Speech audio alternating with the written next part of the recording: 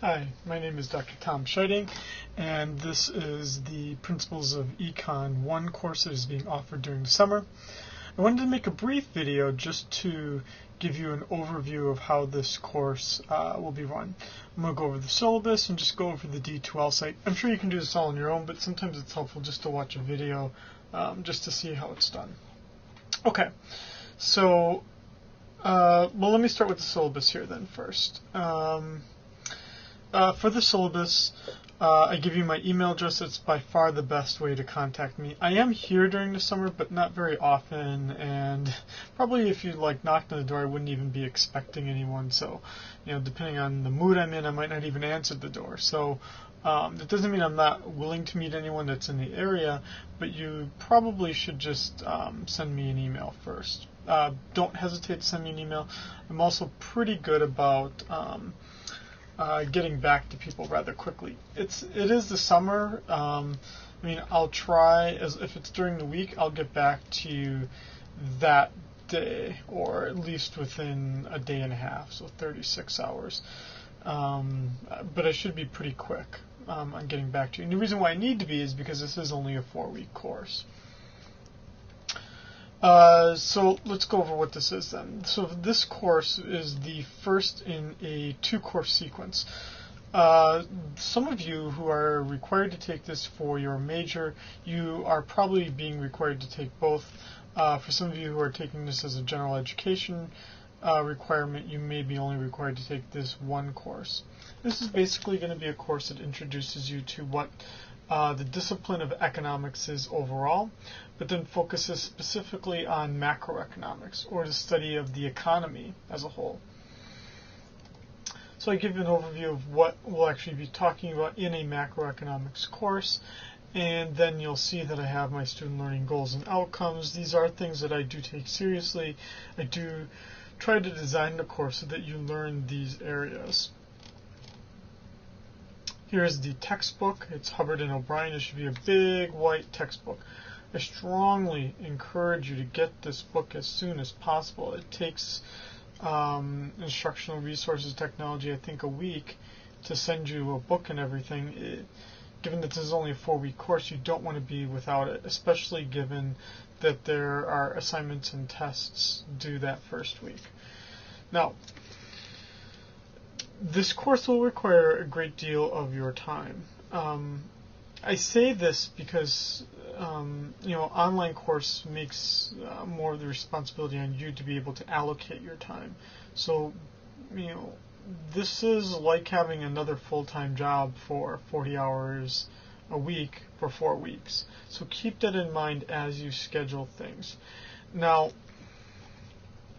in terms of how you're going to be able to plan your time, you can work as far ahead as you want. I just set limits on how far behind you can fall.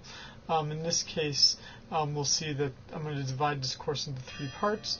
Oh, and my apologies, I'm right by the bell, and you'll hear it in some of the videos that you'll hopefully watch. The course is divided into 3 parts, and basically the first part is you'll have a week to complete that part. The second part you'll have a week and a half, and the third part you'll have a week and a half to complete. Electronic etiquette, if you're a pretty polite person, you can even not read it, but it's just, say hey, yo, tell me the course that you're in. I am teaching multiple summer courses. And then I will be sending lots of emails to all of you, so make sure to keep your inbox empty. Now, any opportunities for extra credit, so you can save yourself sending me that email. Also, though, with the deadlines as they are, and you have all the deadlines in front of you right now, you would not want to be that person that asks for an extension for homeworks or exam. This is the strongest incentive not to wait until the last minute to do things. If you miss an exam and you don't have an excuse for having missed that exam, it becomes quite nearly mathematically impossible to pass this course. So don't think that you can get through this course and just skip one exam and hope for the best. because it's unlikely that the best will occur. Did I scare you enough there? The assignments, these are quite important. All the assignments together are the same weight as each of the 3 exams. And now the assignments. This is the nice thing about it. I will let you do the assignments as many times as you want, and the highest grade is the only one that's recorded. So if you spend enough time on it, you'll get 100%. You have to hit the submit button each time you do it, but it will tell you what you got wrong, and you can then make corrections based on that. And then each of the exams, these are either short answer questions or multiple choice questions. And then I have the grading scale. Please don't cheat. Academic integrity, I will uphold it in this course. And if you have a learning disability, do contact Disability Services and contact me as well. Okay, here are our 3 dates. Part 1 is going to be due July 15th at 11 p.m., Part 2, Wednesday the 25th at 11, and then Part 3, August the 4th at 11 p.m. Plan ahead. You can work as far ahead as you want. And so if you know something is going to be happening around one of these dates, just work ahead.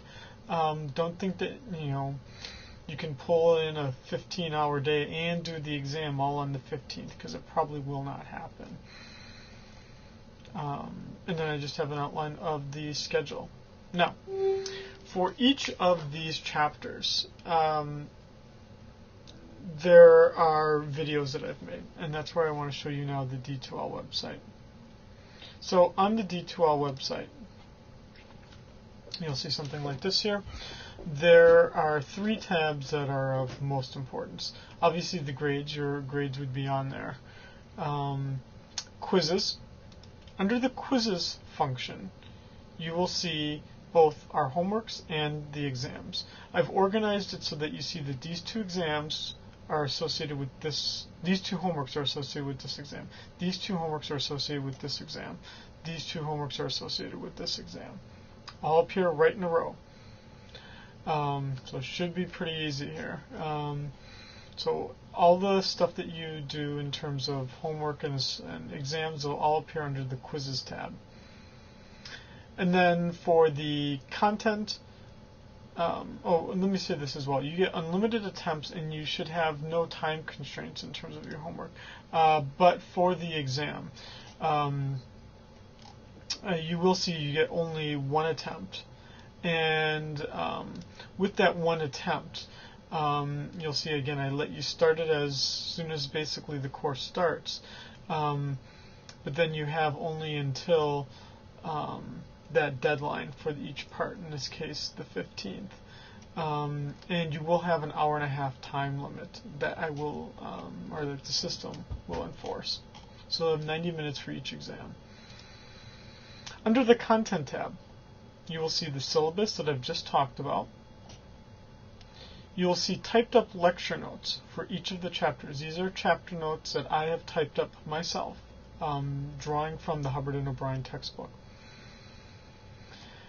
And then, here's where you should be prepared to be really impressed. I have made videos for each of these chapters. I've made all the videos myself, so the quality is not going to be great. I am sorry, but I'm not an AV tech person. You should be impressed with the fact that I just made videos in the first place.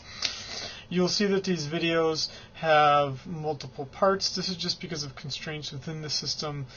And in part 2, what people in other semesters have requested as well, that the videos not be too long.